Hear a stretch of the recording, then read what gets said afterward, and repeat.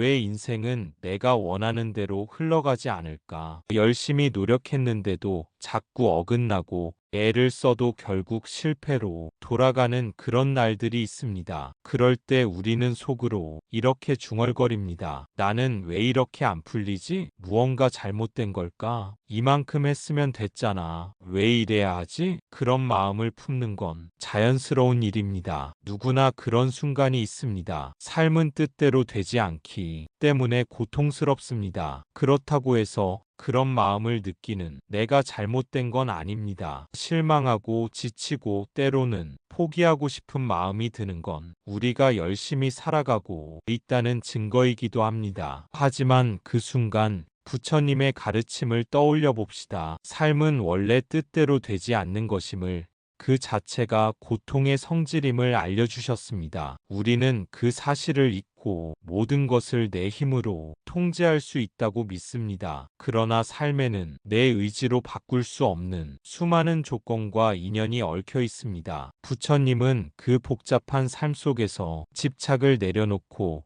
마음을 들여다보며 고요히 흐름을 바라보는 수행의 길을 말씀하셨습니다. 지금 이 순간이 힘들고 버거워도 괜찮다. 그 감정을 억누르지 말고 조용히 마주하며 그 안에서 한 걸음씩 길을 내보자. 부처님은 이 괴로움의 본질을 아주 간단하게 말씀하셨습니다. 원하는 것을 얻지 못하는 것, 그게 바로 괴로움입니다. 사랑하는 사람과 헤어져야 할 때, 싫은 사람과 마주쳐야 할 때, 그리고 무엇보다도 간절히 바라는 걸 이루지 못할 때, 그 마음속에 고통이 깃듭니다. 이 말은 우리가 잘못해서 실패하고 괴로운 게 아니라는 뜻입니다. 삶이란 본래 그런 것입니다. 그 자체가 고통일 수 있습니다. 그러니 괴로움은 피해야 할 무언가가 아니라 살아가는 한 반드시 마주하게 되는 삶의 일부입니다. 부처님께서는 그것을 외면하거나 억지로 없애려 하지 않으셨습니다. 오히려 그 괴로움을 있는 그대로 바라보라고 하셨습니다. 왜냐하면 괴로움을 정면으로 바라보고 그것의 원인을 이해할 때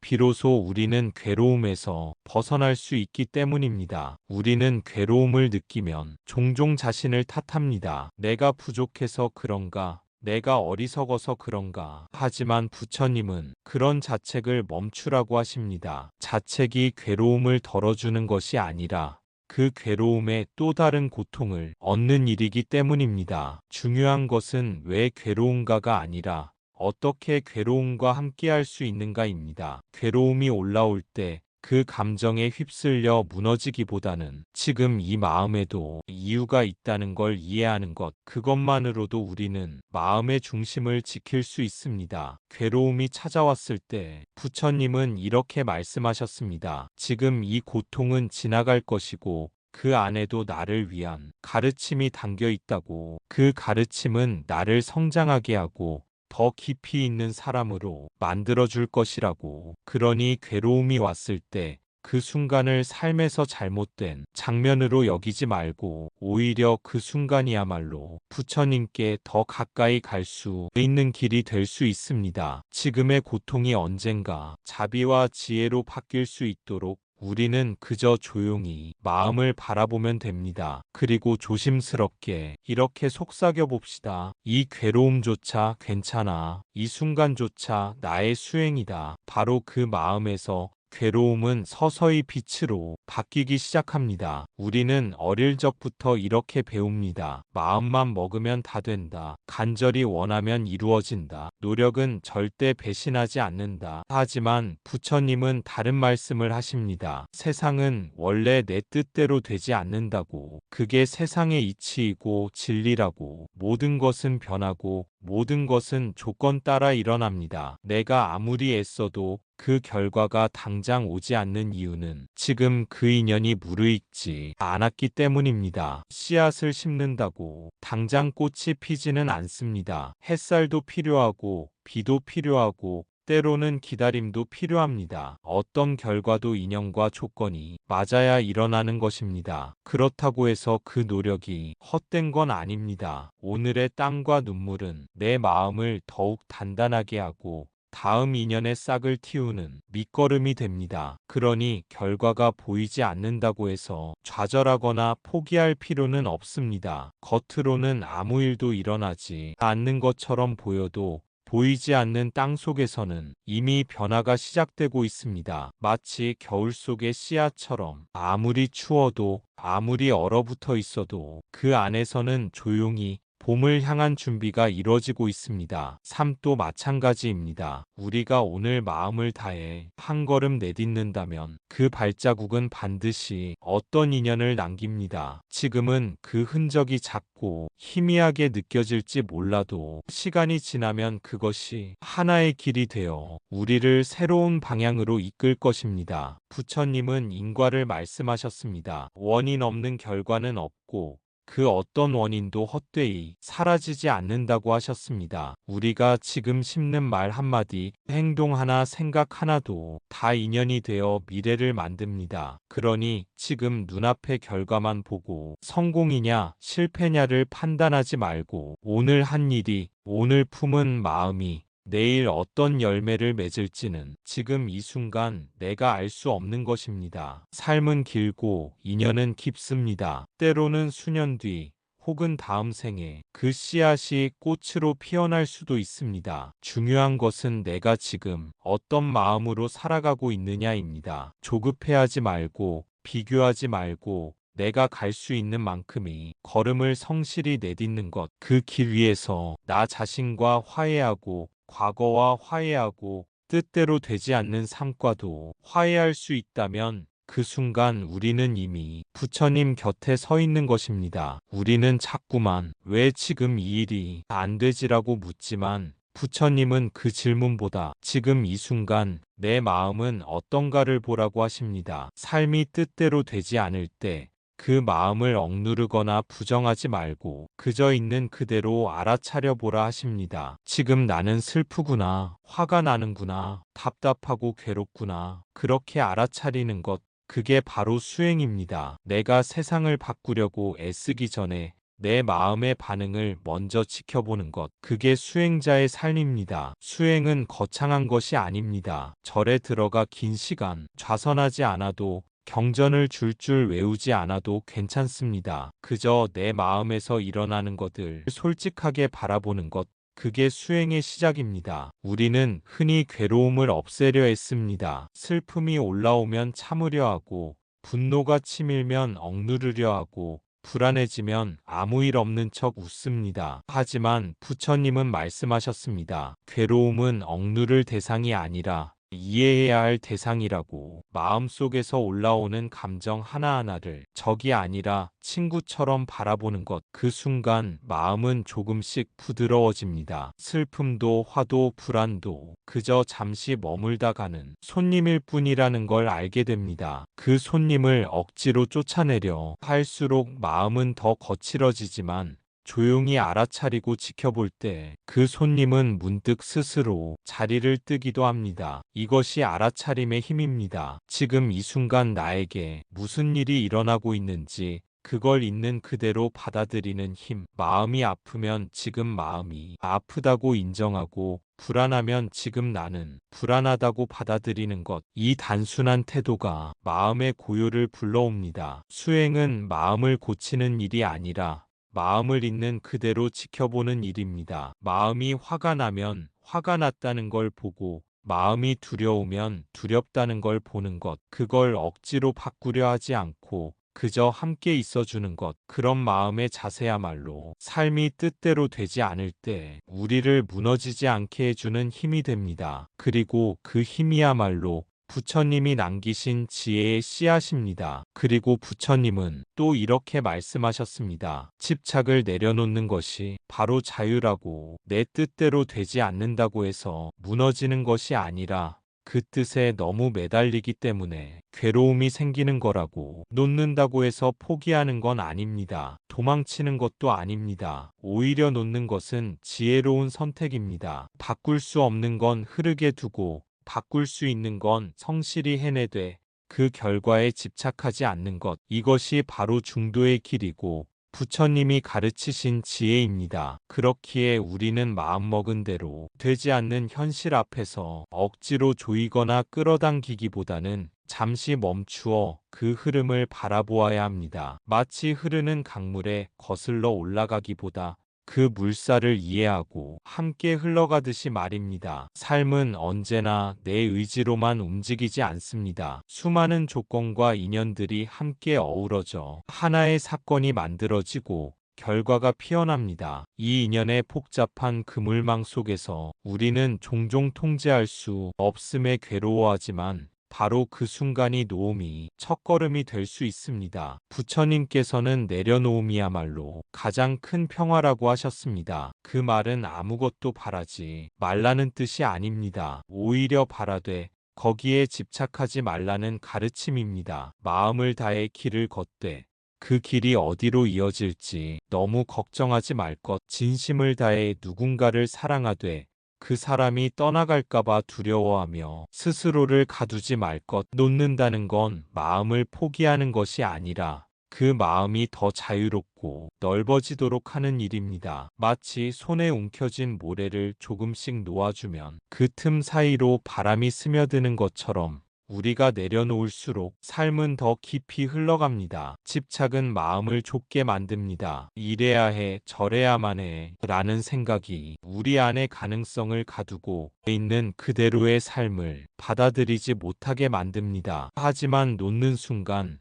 우리는 선택할 수 있게 됩니다. 어떤 마음으로 살아갈지, 어떤 시선으로 이 상황을 바라볼지 그 자유로운 선택이야말로 괴로움의 뿌리를 뽑는 시작입니다. 그러니 부처님의 이 가르침을 마음에 새겨봅시다. 결과가 내 뜻대로 되지 않더라도 나는 오늘 나답게 살 수 있습니다. 내가 할 수 있는 일을 다하고 그 나머지는 하늘에 맡길 수 있다면 그것이 바로 수행의 완성이고 자유의 시작입니다. 우리는 종종 이렇게 착각합니다. 인생이 내 마음대로 되지 않으면 내가 실패한 것이라고. 하지만 그런 생각은 진실이 아닙니다. 삶은 본래 뜻대로 되지 않는 것이며 그럼에도 불구하고 우리는 충분히 잘 살아내고 있습니다. 어쩌면 인생은 뜻대로 되지 않기 때문에 더 아름다울 수도 있습니다. 원하던 길이 막혔기 때문에 새로운 길을 발견하게 되고 기대한 대로 풀리지 않았기 때문에 내면의 단단함을 배우게 됩니다. 부처님은 이렇게 말씀하셨습니다. 모든 괴로움의 끝에는 진리를 향한 문이 열려 있다고. 그러니 지금 뜻대로 되지 않는 이 상황이 나를 위한 또 다른 인연일 수 있습니다. 더 깊은 깨달음으로 가는 징검다리일 수 있습니다. 그러니 지금 당장은 이해할 수 없는 일이라도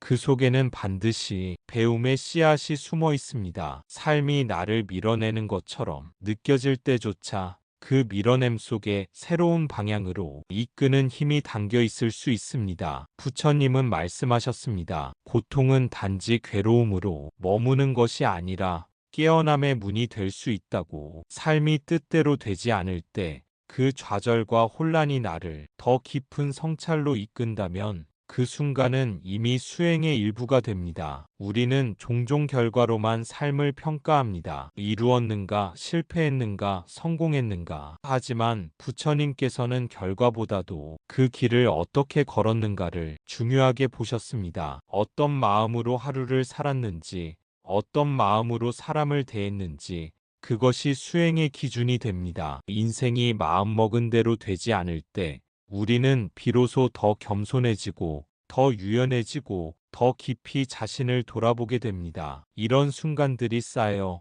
마침내 한 사람의 마음이 깨어나게 되는 것입니다. 그러니 지금 걷고 있는 이 길이 생각보다 멀고 느리고 불확실해 보여도 절대 헛된 길은 아닙니다. 어쩌면 지금 이 순간이야말로 내가 진짜로 나를 만나는 시간이고 삶이 나에게 가장 중요한 걸 가르쳐주는 시간일 수 있습니다. 모든 것이 뜻대로 되는 인생보다는 뜻대로 되지 않을 때조차 자신을 잃지 않는 사람이 되기를. 그게 부처님이 말씀하신 진짜 강함이며 그 강함 속에서 자비와 지혜는 자연스레 피어납니다. 오늘도 여전히 삶은 내 계획대로 흘러가지 않을 수 있습니다. 하지만 그 안에서 나는 더 단단해지고 더 깊어지고 조금씩 지혜롭게 자라납니다. 나무 아미타불 관세음보살, 지금 이 순간 그대로의 나를 받아들이며 조용히 이렇게 되뇌어 봅시다. 뜻대로 되지 않아도 괜찮아. 내가 할 수 있는 만큼은 했고 지금 이 자리에서 다시 시작하면 돼. 이 말 한마디가 오늘 하루 당신의 괴로움을 조금 덜어줄 수 있기를 바랍니다. 그리고 그 말이 당신을 부처님께 더 가까이 이끌어 주기를 진심으로 기도합니다. 감사합니다. 구독과 좋아요는 저에게 큰 힘이 됩니다. 우리 모두 삶을 살아가면서 크고 작은 아픔을 겪습니다. 몸이 아플 때 느끼는 무력감과 외로움은 말로 다 표현하기 어려울 만큼 깊고 무겁습니다. 그렇기에 우리는 누구나 마음속 깊은 곳에서 위로와 평안을 갈망합니다. 그런 아픔의 순간에 부처님의 따뜻한 자비와 지혜가 어떻게 우리의 마음을 어루만져 주는지 함께 살펴보고자 합니다. 부처님의 말씀이 당신의 고통을 조금이나마 덜어내는 작은 등불이 되기를 바랍니다. 몸이 아프면 마음도 함께 무너집니다. 움직일 수 없는 고통,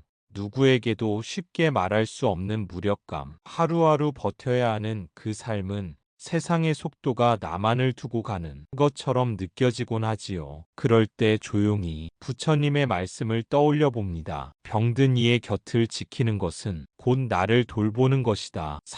상유타니까야에서 부처님은 이렇게 말씀하셨습니다. 부처님께서는 어느 날 병든 비구가 버려진 채 방 안에 누워있는 모습을 보셨습니다. 아무도 그를 돌보지 않고 오물 속에 방치된 그를 부처님께서 직접 씻기고 옷을 갈아입히셨습니다. 그 뒤로 제자들을 모아 이렇게 타이르셨지요. 비구들아, 병든 이를 돌보는 자는 곧 나를 돌보는 것이다. 너희가 서로 돌보지 않는다면 누가 너희를 돌보겠는가? 이 말 속에는 몸의 고통마저도 따뜻이 품는 자비의 마음이 담겨 있습니다. 아픔 속에서 우리는 너무 쉽게 자신을 외면하게 됩니다. 왜 나만 이렇게 힘들까? 왜 이 고통은 끝나지 않을까 하는 생각들이 마음을 무겁게 짓누릅니다. 그러면서도 고통을 드러내는 것이 어쩐지 부끄럽고 누군가에게 짐이 될까 두려워 혼자서 감당하려 애쓰지요. 하지만 부처님은 그런 우리 마음을 깊이 이해하십니다. 아픈 몸과 마음을 향한 연민과 자비로 우리를 감싸 안으시며 우리 스스로도 자신에게 자애로운 마음을 가져야 한다고 가르치십니다. 몸이 아프면 마음이 쉽게 흔들리고 불안해지지만 그럴 때일수록 자신을 따뜻하게 돌보는 것이 필요합니다. 아픈 나를 비난하거나 책망하기보다 조용히 다독이며 괜찮아. 나는 이 순간에도 소중한 존재야라고 말해주세요. 자기 자신에게 보내는 작은 자비가 쌓일 때 비로소 고통은 조금씩 누그러지고 내 마음 안에 평화가 싹트기 시작합니다. 이것이 바로 불교에서 말하는 자애의 힘입니다. 자애는 나뿐만 아니라 타인에게도 퍼져나가는 힘입니다. 내가 나를 돌보는 법을 배울 때 다른 이들의 아픔에도 한결 너그럽게 다가설 수 있게 되지요. 이처럼 자애는 모든 고통의 어두운 터널 속에서 빛나는 등불과 같습니다. 부처님께서는 우리가 몸과 마음의 고통을 외면하지 않고 있는 그대로 바라보며 받아들이라고 말씀하셨습니다. 이 고통이 영원하지 않다는 것을, 모든 것은 변한다는 무상의 진리를 마음에 새기라고 하셨죠. 고통은 흐르는 강물처럼 순간순간 변하며 지나갑니다. 지금 이 순간의 괴로움도 결국엔 사라질 것이라는 믿음을 갖는다면 그 무게는 훨씬 가벼워질 수 있습니다. 그렇기에 부처님의 가르침은 고통을 억누르거나 도망치지 말고 담담히 마주하며 그 안에서 깨달음을 찾으라고 합니다. 몸이 아플 때 우리는 그 자체로 수행의 길 위에 서 있습니다. 고통 속에서도 깨어있는 마음을 잃지 않는 것이 바로 수행의 핵심이기 때문입니다. 그리고 또 한 가지 중요한 것은 절대 혼자 아픔을 짊어지려 하지 말라는 점입니다. 가까운 사람에게 마음을 열고 도움을 요청하는 것도 용기 있는 행위입니다. 부처님께서 병든 제자를 돌보시고 제자들에게도 서로를 돌보라 하신 말씀은 혼자가 아닌 함께하는 힘을 강조하는 가르침입니다. 몸이 아플 때 우리는 종종 세상과 단절된 듯한 외로움을 느끼지만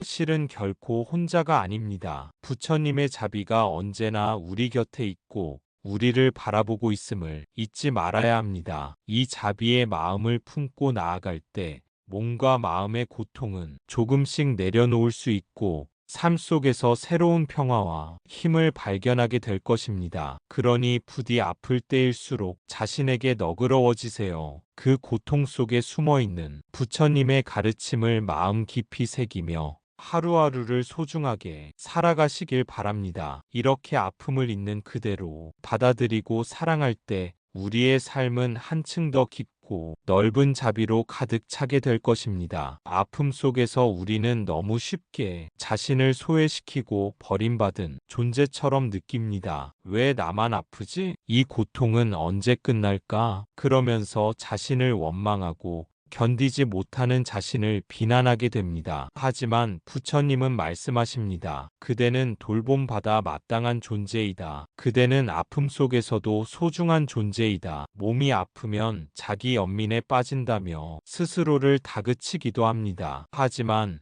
아픈 몸을 향한 연민과 자비는 수행의 시작이 될 수 있습니다. 왜냐하면 자비는 자기 자신을 향해 먼저 시작되기 때문입니다. 불교에서는 자의 수행을 매우 소중하게 여깁니다. 몸이 아픈 사람일수록 자애의 말 한마디가 절실해집니다. 다정한 말 한마디, 따뜻한 순결 하나가 삶을 다시 붙잡게 만드는 힘이 되기도 하지요. 그럴 때일수록 우리는 조용히 마음의 눈을 감고 자신에게 부드러운 말을 건네야 합니다. 나는 이 순간 아프지만 나는 여전히 소중한 존재야. 내 몸이 고통을 느끼지만 나는 그 고통을 온전히 받아들일 수 있어. 이런 마음의 다짐은 단순한 위로 이상의 힘을 가집니다. 그것은 자기 자신에게 보내는 따뜻한 손길이자 깊은 자비의 표현입니다. 자의 수행은 바로 그 손길을 점점 더 굳건하게 만들어줍니다. 자의 수행을 통해 우리는 내면이 부드러운 불꽃을 키워갑니다. 그 불꽃은 고통의 어둠 속에서도 희미하게 빛나며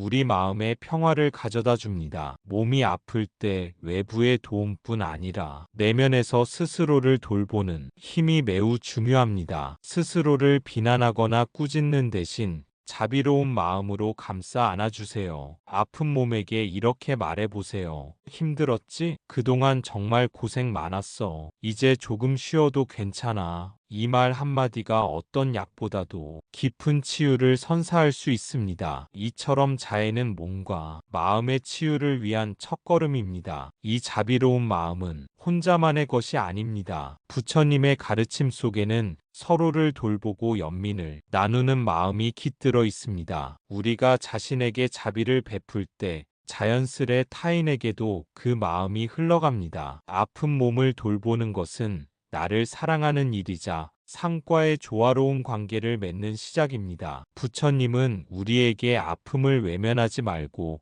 그 고통을 통해 깊은 깨달음으로 나아가라고 말씀하십니다. 몸의 아픔은 우리를 멈추게 하고 잠시 숨 쉴 공간을 줍니다. 그 공간에서 우리는 내면을 돌아보고 진정한 나를 만날 수 있습니다. 아픔을 견디는 과정이 곧 수행의 길이며 그 길에서 우리는 참된 평화를 배우게 됩니다. 그러니 아프다고 해서 스스로를 채찍질하지 마세요. 오히려 그 고통을 받아들이고 자신을 따뜻하게 감싸 안아주세요. 그 안에서 부처님의 자비가 당신을 감싸 안고 있음을 느낄 수 있을 것입니다. 마음속 깊은 곳에서 울려 퍼지는 자비의 소리를 듣고 그 소리가 당신의 고통을 조금씩 녹여주길 바랍니다. 아프고 힘든 이 순간이 결국에는 당신의 삶에 커다란 자비와 평화의 씨앗이 될 것입니다. 그리하여 우리 모두가 아픈 몸과 마음을 품고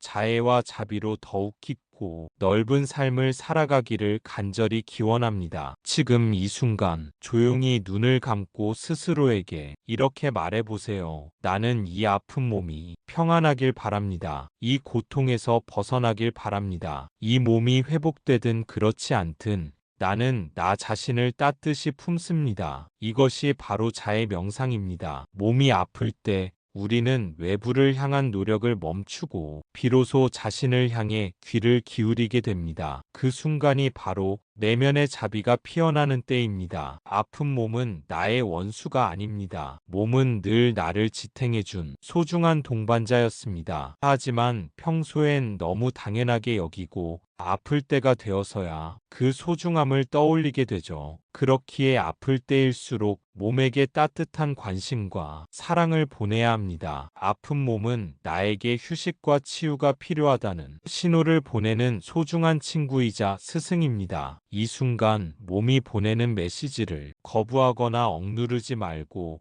조용히 받아들이며 감사하는 마음을 가져보세요. 그동안 고마웠어. 나를 지탱해줘서 정말 고마워. 이런 마음은 몸과 마음 사이에 깊은 평화를 선사합니다. 아픔 속에서도 몸과 함께하는 이 시간을 소중히 여기며 내면의 자비심을 키워가는 그 길이 바로 참된 수행의 길임을 기억하세요. 지금의 고통은 몸이 나에게 보내는 작은 신호일 수 있습니다. 이제 잠시 쉬어야 해. 나를 좀 더 부드럽게 대해줘. 그 신호에 귀 기울여 주세요. 그리고 그 몸에게 이렇게 말해주세요. 미안해. 그동안 몰라줘서 고마워. 지금까지 버텨줘서 괜찮아. 이제부터는 다정하게 지낼게. 법구경에서는 이렇게 말합니다. 자신을 아낄 줄 아는 이는 다른 이도 해치지 않는다. 몸이 아픈 사람은 세상과 거리를 둘 수밖에 없습니다. 하지만 그것은 세상을 끊는 것이 아니라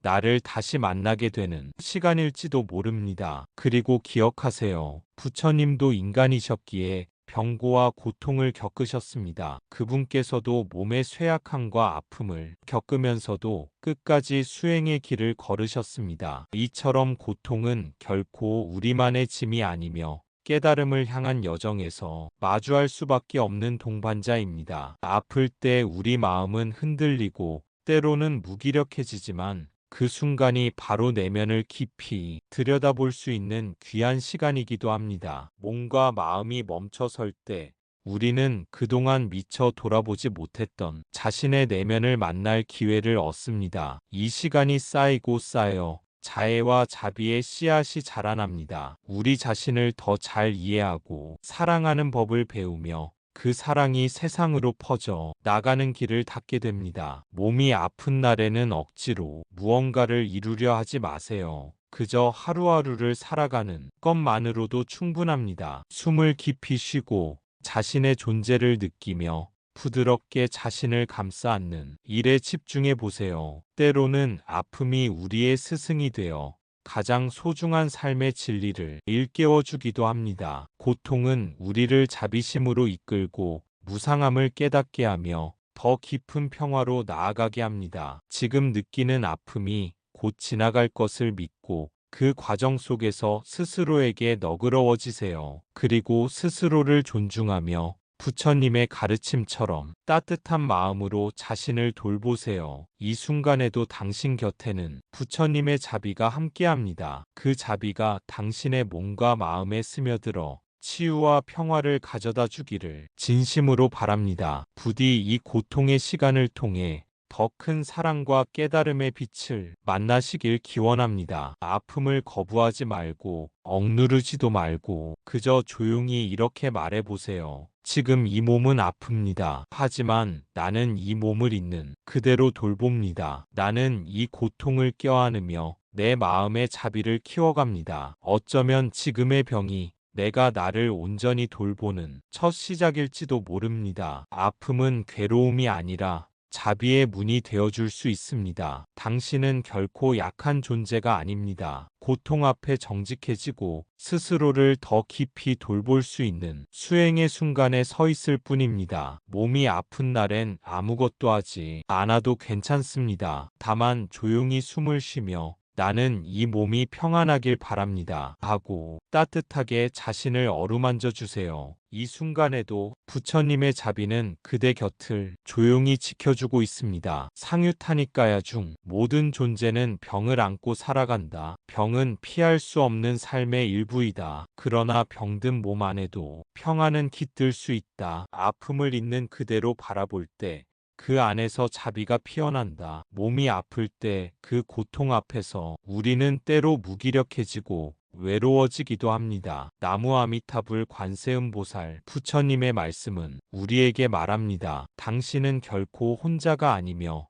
이 고통 속에서도 자비와 평안을 발견할 수 있다고. 부처님의 말씀을 듣는 모든 분들이 아픔 속에서도 자신을 따뜻하게 품으며 부처님의 깊은 자비와 함께 조금 더 평화로운 하루하루를 살아가시길 진심으로 기원합니다. 감사합니다. 구독과 좋아요는 저에게 큰 힘이 됩니다. 어쩌면 우리는 모두 마음속 깊은 곳에서 이렇게 묻고 있는지도 모릅니다. 내가 괜찮은 사람이라는 걸 누군가 알아봐주면 좋겠다. 내가 얼마나 애쓰고 있는지 좀 인정받고 싶다. 그 바람은 아주 작고 사소해 보일지 모르지만 그 속엔 우리가 살아가며 겪는 수많은 고통의 씨앗이 숨어 있습니다. 누군가의 칭찬 한마디에 기분이 하늘로 솟았다가 다른 사람의 무심한 말 한마디에 깊은 상처를 받고 때로는 누군가보다 뒤처졌다는 느낌 하나에 밤잠을 설쳐가며 자책에 빠지기도 합니다. 왜 우리는 이토록 인정받고 싶어하는 마음에 매여 있을까요? 부처님께서는 이 마음의 흐름을 너무도 명확하게 꿰뚫어 보셨습니다. 그리고 이 갈망에서 벗어나는 길을 자비롭게 보여주셨지요. 세상을 살아가는 동안 우리는 수없이 비교하고 평가받는 구조 속에 놓이게 됩니다. 학생일 땐 성적으로, 어른이 되면 외모와 직업, 사회적 위치로, 또 나이가 들면 자녀의 성취나 재산, 건강 상태로조차 서로를 평가하고 나를 평가합니다. 이 경쟁과 비교 속에서 우리는 끊임없이 질문합니다. 나는 괜찮은 사람인가? 나는 남들보다 잘하고 있는가? 나는 충분히 사랑받을 만한가? 하지만 이런 질문은 이미 타인의 평가에 나를 맡기고 있다는 증거이기도 합니다. 부처님께서는 말씀하셨습니다. 세상에는 8가지 바람이 있으니 이익과 손해, 명예와 불명예, 칭찬과 비난, 즐거움과 괴로움이다. 중생들은 이 8바람에 휘둘리지만 수행자는 그렇지 않다. 이 8가지는 팔풍이라 불리며 바람처럼 일어나고 사라지며 우리의 마음을 흔듭니다. 이 8가지 바람은 우리 삶 곳곳에 스며들어 있습니다. 누군가에게 인정을 받았을 때의 기쁨, 혹은 무시당했을 때의 분노와 괴로움은 모두 이 팔풍의 흐름 안에 있습니다. 사람들은 이익이 생기면 마음이 들뜨고 손해를 보면 억울해합니다. 명예를 얻으면 우쭐해지고 불명예를 당하면 부끄러워 고개를 숙입니다. 칭찬을 들으면 기분이 좋고 비난을 받으면 마음이 상합니다. 즐거운 일이 생기면 그것을 지키기 위해 안달하고 괴로운 일이 닥치면 어떻게든 피하려고 애씁니다. 이처럼 외부의 조건에 따라 내 마음이 끝없이 요동친다는 것은 그만큼 내가 바깥의 상황에 휘둘리고 있다는 뜻입니다. 팔풍은 그저 삶의 일부일 뿐이지만 그것에 매이면 우리는 끊임없는 고통에 노출됩니다. 부처님께서는 이러한 바람에 흔들리는 마음을 자세히 관찰하고 알아차리며 그 바람을 따라가지 않는 길을 가르치셨습니다. 그 길은 바로 지금 이 순간의 내 마음을 바라보는 수행에서 시작됩니다. 누군가 나를 비난했을 때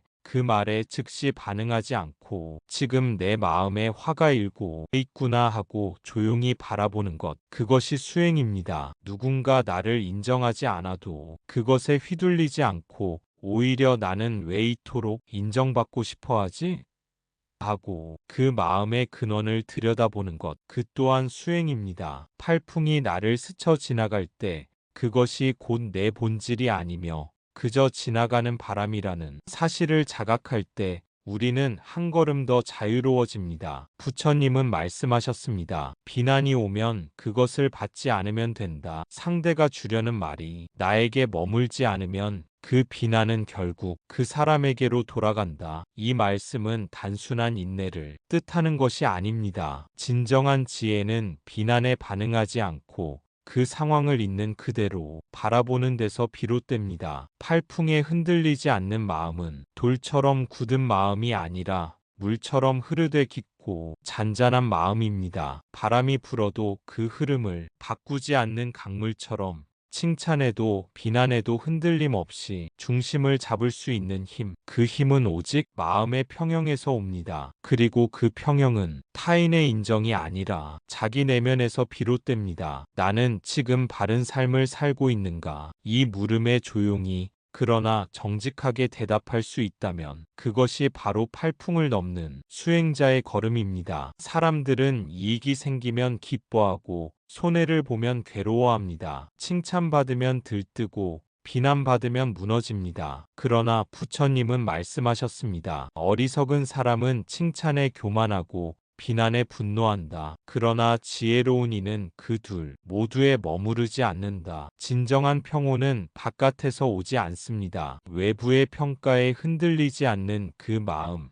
그것이 곧 자유이며 해탈의 문입니다. 인정받고 싶은 마음은 죄가 아닙니다. 그건 누구에게나 있는 아주 자연스러운 감정입니다. 하지만 그 인정이 반드시 타인에 의해 주어져야만 내가 살아갈 수 있다고 믿게 될 때 괴로움이 시작됩니다. 남이 칭찬하면 기쁘고 남이 외면하면 내가 무가치한 사람처럼 느껴지고 그러다 보면 점점 나 자신을 존중하는 힘을 잃게 됩니다. 그럴 때일수록 부처님께서는 우리에게 스스로를 등불로 삼으라고 가르치십니다. 남의 평가에 마음을 맡기지 말고 내 안에서 진실한 가치를 발견하라는 뜻입니다. 자기 자신을 존중하는 힘은 바로 그곳에서 시작됩니다. 내가 나를 받아들이고 사랑할 때 비로소 타인의 시선에서 자유로워질 수 있습니다. 그 자유가 곧 마음의 평화이며 삶의 진정한 행복으로 이어집니다. 그러니 인정받고 싶은 마음이 들 때마다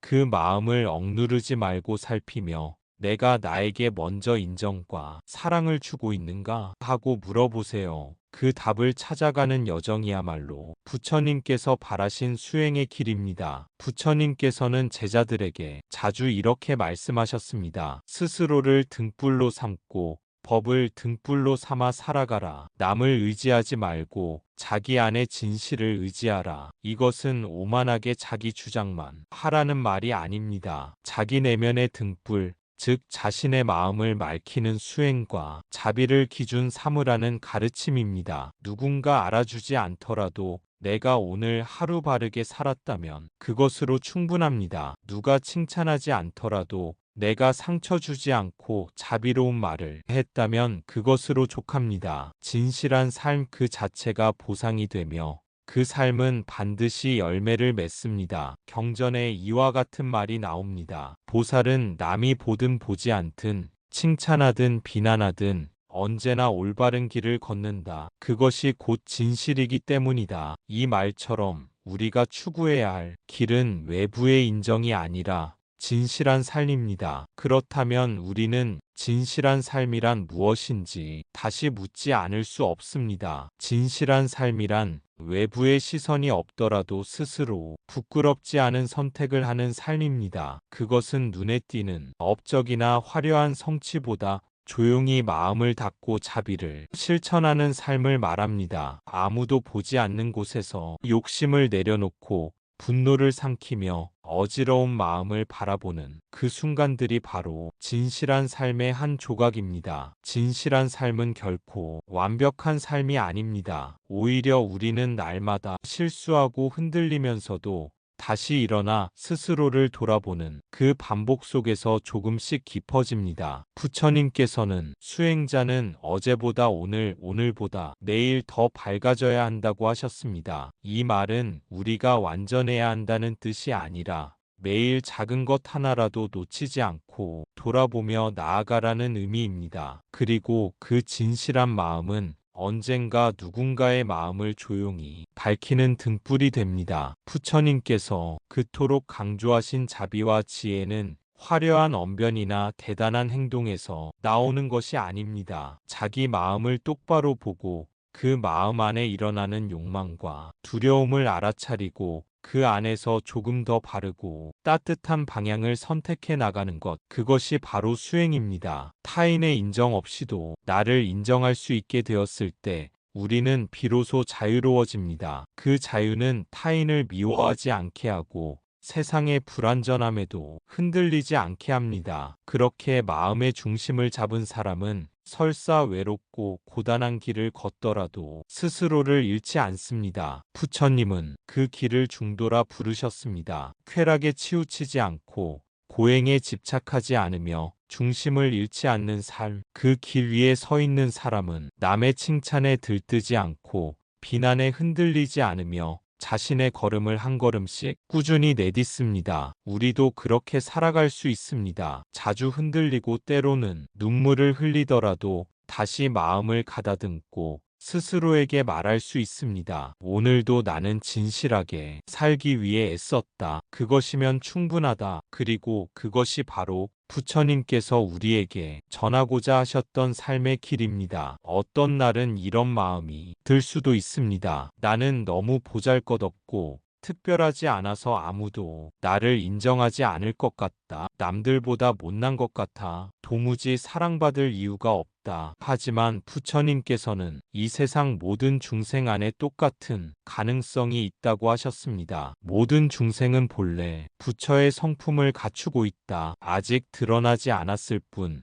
당신 안에도 무한한 자비와 지혜의 씨앗이 깃들어 있습니다. 그 씨앗은 서둘지 않아도 비교하지 않아도 언젠가 반드시 꽃을 피웁니다. 그렇기에 우리는 지금 이 순간부터라도 타인의 인정보다 자기 자신에 대한 자애와 신뢰로 방향을 바꿀 수 있습니다. 자기 자신에게 따뜻한 마음을 보내는 것, 그것이 바로 진정한 시작입니다. 남과 비교하는 마음을 놓고 있는 그대로의 나를 받아들이는 연습을 할 때 비로소 내면 깊은 곳에서 평화가 찾아옵니다. 부처님께서 말씀하신 불성은 누구에게나 평등하게 깃들어 있어 우리가 그것을 알아차리고 키워나가기만 하면 됩니다. 그 씨앗을 돌보는 일은 매일의 작은 자비와 이해에서 시작됩니다. 오늘 나에게 건네는 작은 격려와 사랑이 모여 내일의 큰 깨달음과 자유로 자라날 것입니다. 그러니 스스로를 믿고 기다려주세요. 당신은 이미 충분히 존귀한 존재입니다. 그리하여 자기 자신에게 보내는 자애는 곧 세상 모든 존재에게 뻗어나가는 자비의 시작이 됩니다. 내 안의 평화와 사랑이 깊어질수록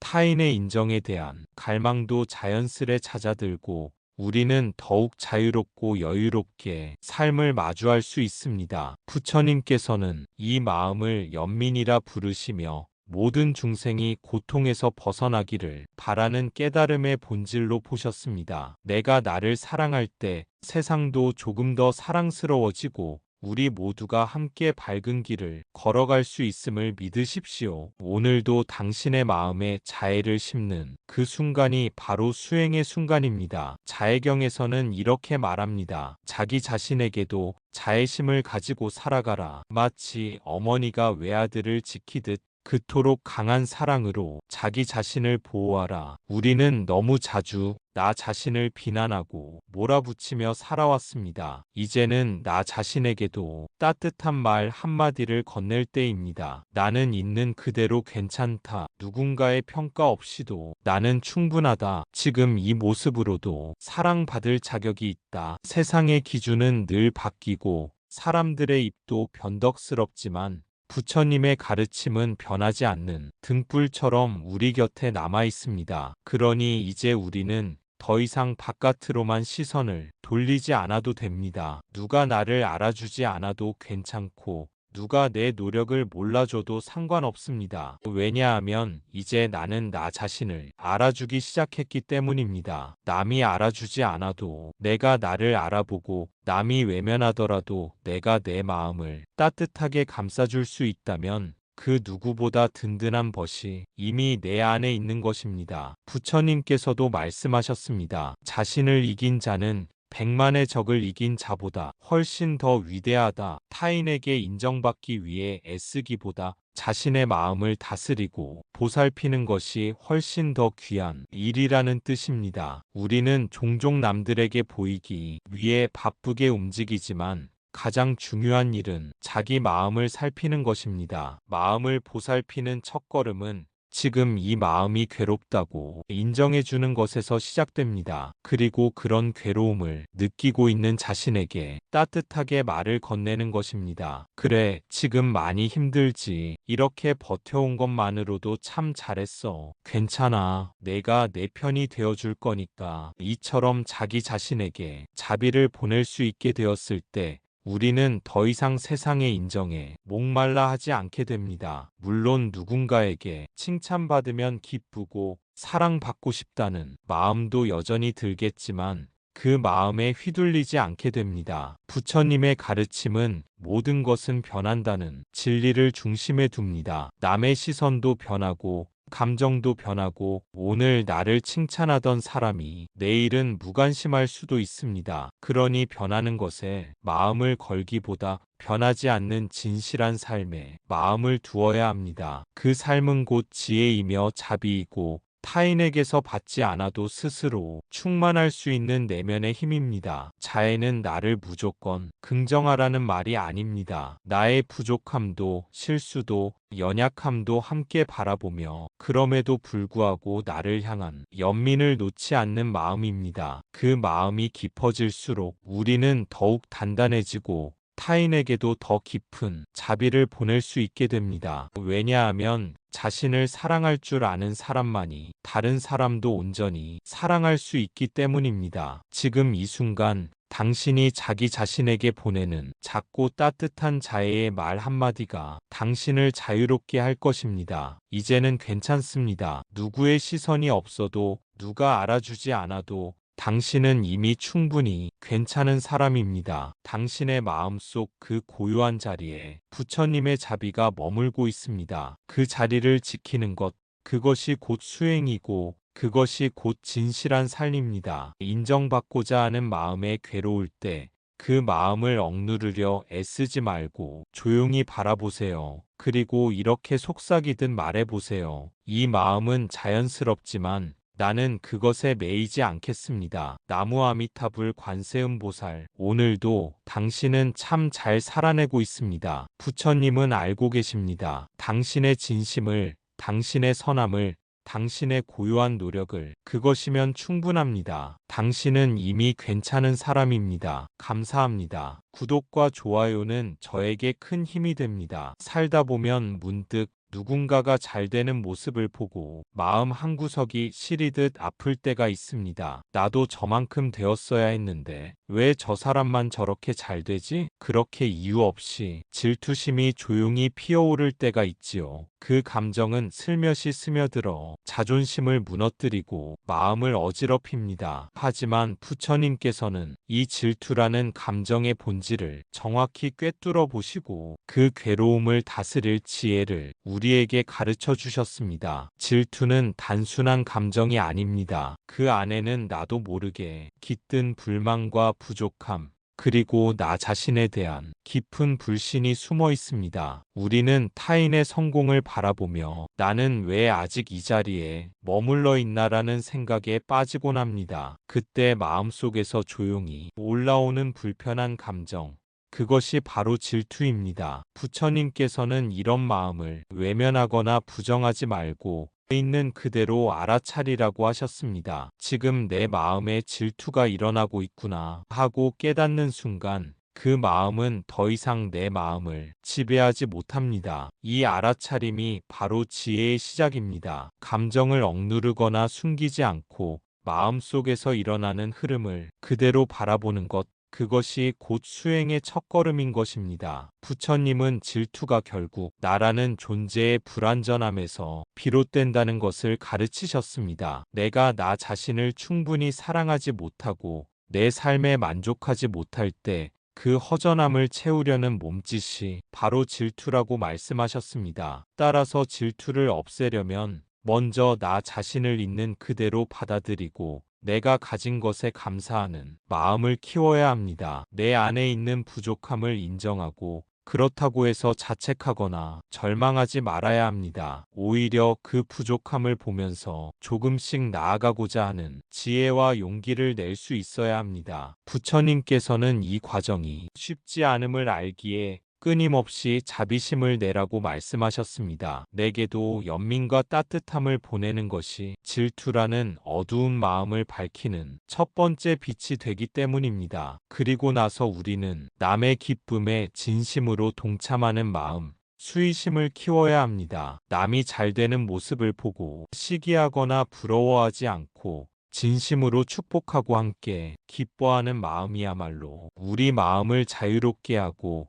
평화를 가져옵니다. 질투는 우리 마음의 어둠을 드리우지만 기뻐하는 마음은 그 어둠을 걷어내는 햇살과 같습니다. 부처님께서 보여주신 이 지혜를 따라 우리는 순간순간 올라오는 질투를 알아차리고 그 마음을 바꾸는 작은 연습을 해나가야 합니다. 그 길 위에서 우리의 마음은 점점 더 넓어지고 자유로워질 것입니다. 불교에서는 질투를 두 가지 마음으로 설명합니다. 하나는 남이 잘 되는 것을 시기하는 마음이고 또 하나는 그 시기로 인해 마음속에서 분노가 일어나는 상태입니다. 이 둘은 탐욕, 성냄, 어리석음이라는 세 가지 근본 번뇌 가운데 성냄에 해당하는 갈래입니다. 탐욕이 내가 더 가졌으면 하는 마음이라면 질투는 저 사람이 덜 가졌으면 좋겠다는 부정적이고 파괴적인 마음입니다. 부처님은 이렇게 말씀하십니다. 다른 사람의 복을 시기하는 사람은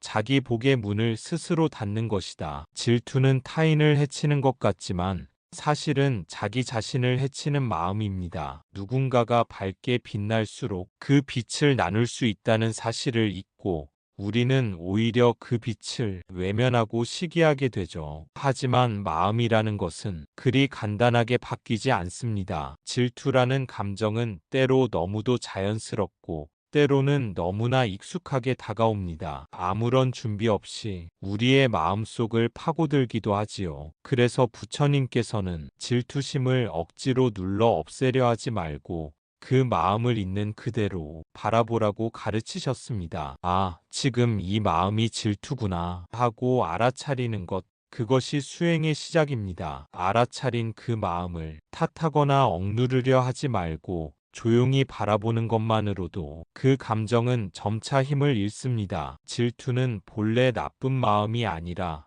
내 안의 결핍과 외로움, 상처에서 비롯된 신호일지도 모릅니다. 내가 아직 충분히 사랑받고 있다는 느낌을 받지 못했을 때, 내가 나 자신을 있는 그대로 인정하지 못할 때, 그 틈을 타고 질투는 자랍니다. 그러므로 질투를 없애려 하기보다는 그 안에 숨겨진 내면이 아픔을 들여다보는 것이 더 깊은 수행입니다. 이 마음은 왜 생겼을까? 나는 지금 무엇이 부족하다고 느끼는 걸까? 나는 왜 남의 빛을 보는 순간 내가 어두워졌다고 느끼는 걸까? 이런 질문을 정직하게 던질 수 있다면 질투는 더 이상 부끄러운 감정이 아니라 깨달음을 향한 문이 됩니다. 부처님께서는 자신을 잘 관찰하는 것이 수행이 시작이다라고 말씀하셨습니다. 남을 바꾸려 하기보다 먼저 나를 알아차리는 것, 그것이 질투를 지혜로 바꾸는 첫걸음입니다. 그리고 그 다음으로 중요한 것이 기쁨을 배우는 것입니다. 남의 기쁨에 동참할 수 있는 사람은 가장 자유로운 사람입니다. 그 누구의 성공도 위협으로 느껴지지 않고 그 누구의 복도 나의 복처럼 느낄 수 있다면 그 마음은 이미 복 그 자체가 됩니다. 내가 나를 온전히 인정할 수 있을 때 비로소 타인의 빛도 자연스럽게 축복할 수 있습니다. 그래서 진정한 수행은 자기 연민을 넘어서 타인을 기뻐할 수 있는 마음으로 나아가는 일입니다. 그 여정이 결코 쉽진 않지만 그 길 위에서 우리는 질투를 넘어서고 자유를 향해 한 발 더 나아갈 수 있습니다. 경전에는 이런 이야기가 전해집니다. 부처님 곁에 있던 한 수행자는 자신보다 나중에 출가한 다른 수행자가 사람들에게 칭찬받고 공양받는 것을 보고 마음속 깊이 분노를 느꼈습니다. 내가 더 오래 수행했는데 왜 저 사람이 더 높이 평가받는 거지? 이 질투는 점점 커졌고 그는 자신의 본래 목적과 수행의 정신을 잊고 말았습니다. 그때 부처님은 조용히 말씀하십니다. 불을 안고 있는 사람이 결국 자신을 태우는 것과 같구나. 질투는 바로 그런 불입니다. 남을 태우는 게 아니라 자기 자신을 태우는 불입니다. 부처님의 이 말씀을 들은 그 수행자는 처음엔 부끄러움과 당혹감에 고개를 들 수 없었습니다. 그러나 그 침묵 속에서 자신의 마음을 깊이 들여다보기 시작했습니다. 그는 그제야 깨달았습니다. 자신이 질투하고 있던 것은 다른 사람의 공덕이 아니라 자신 안에 부족하다고 느꼈던 어떤 인정이었음을, 더 오래 수행했다고 해서 더 큰 존경을 받아야 한다는 생각, 더 많이 노력했으니 그에 합당한 결과를 가져야 한다는 기대, 그 모든 것이 결국 자기 중심적인 집착에서 비롯된 것이었습니다. 그 순간 그는 자신에게 묻습니다. 나는 왜 수행을 시작했는가? 정말 깨달음을 향한 길을 가고자 했던가? 아니면 사람들의 눈에 드러나는 인정을 원했던가? 그 질문 앞에서 수행자는 진심으로 참회합니다. 그리고 조용히 다시 자리를 정돈하고 부처님께 합장한 채 머리 숙여 고백합니다. 부처님, 저는 제 마음을 속이고 있었습니다. 남을 부러워한 것이 아니라 제 안의 공허를 애써 외면하고 있었을 뿐입니다. 이제부터는 그 불을 내려놓고 다시 처음의 마음으로 돌아가겠습니다. 부처님은 그에게 미소 지으시며 말씀하셨습니다. 좋다. 마음을 본 사람은 이제 마음을 다스릴 수 있느니라. 이 짧은 일화는 우리에게 깊은 울림을 줍니다. 질투는 다른 사람과의 비교에서 오는 듯하지만 사실은 자기 안의 결핍과 마주하지 못했을 때 일어나는 마음입니다. 남의 빛이 너무 밝아 눈부신 것이 아니라 내 마음속 등불이 꺼져가고 있었던 것이지요. 부처님은 말씀하셨습니다. 남과 자신을 비교할 때 그 비교는 곧 고통이 되며 수행의 길을 흐리게 한다고. 우리는 각자의 속도로 걷는 존재입니다. 누군가는 빠르게 빛나고 누군가는 천천히 자라납니다. 중요한 것은 그 속도가 아니라 내가 얼마나 바르게 가고 있는가입니다. 질투는 나를 멈추게 하지만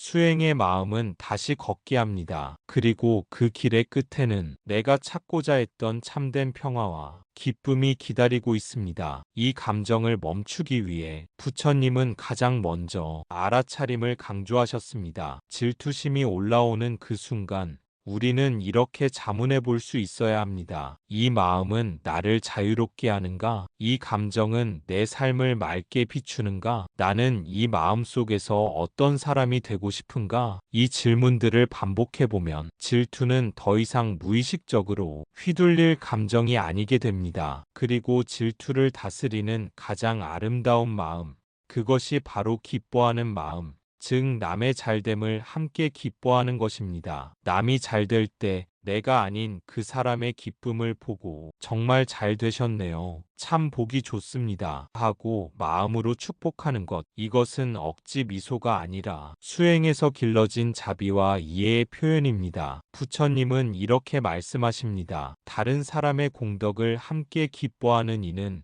그와 같은 복을 쌓는 것이다. 진심으로 기뻐하며 동참하면 그 복은 내 마음속에도 자연스럽게 자리 잡게 됩니다. 질투는 괴로움을 낳고 기뻐함은 평화를 낳습니다. 한 여인이 있었습니다. 그녀는 부처님 앞에 나와 고백합니다. 부처님, 저는 제 이웃이 너무 부럽습니다. 그 사람은 저보다 많은 것을 가지고 있고 사람들에게 인정받고 아이들도 똑똑합니다. 그 사람의 모든 것이 괴롭습니다. 그 말을 들은 부처님은 조용히 미소 지으며 말씀하셨습니다. 다른 사람의 복을 질투하면 그 복은 너를 스쳐 지나간다. 하지만 그 복을 함께 기뻐하면 너도 그 밝음에 함께 물들게 되느니라. 그리고 부처님은 그녀에게 짧은 수행 하나를 가르쳐 주셨습니다. 부처님께서 가르쳐 주신 그 수행은 매일 한 번 그 이웃을 떠올리며 이렇게 마음을 일으키는 것이었습니다. 그 사람이 평안하길 바랍니다. 그 사람이 기쁨 속에 살길 바랍니다. 그 사람의 복이 널리 퍼지길 바랍니다. 처음에는 그 여인도 억지로 마음을 다잡으며 수행을 시작했습니다. 질투가 올라올 때마다 그 말을 되뇌었지만 속마음은 여전히 무겁고 괴로웠습니다. 하지만 시간이 흐르면서 그 마음속에 작은 변화가 일어났습니다. 하루하루 그 이웃의 행복을 진심으로 바라보는 순간이 늘어나기 시작한 것입니다. 그리하여 어느 순간부터는 억지로 하는 마음이 아닌